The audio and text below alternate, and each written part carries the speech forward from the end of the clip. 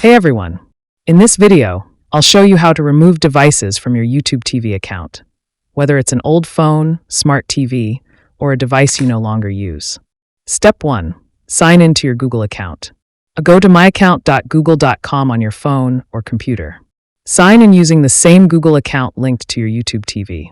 Step 2. Go to Security. On the left side, click Security. Scroll down to your devices. Click Manage All Devices. Step 3. Remove unwanted devices. You'll see a list of all devices connected to your Google account. Find the device you want to remove. Click the 3 dots next to it, then select Sign Out. Confirm to disconnect it from your account.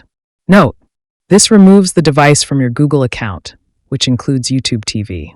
You can't directly remove devices from the YouTube TV app, but this method works across all Google services. Thanks for watching. If this helped, make sure to like, subscribe, and check out our other YouTube TV tutorials.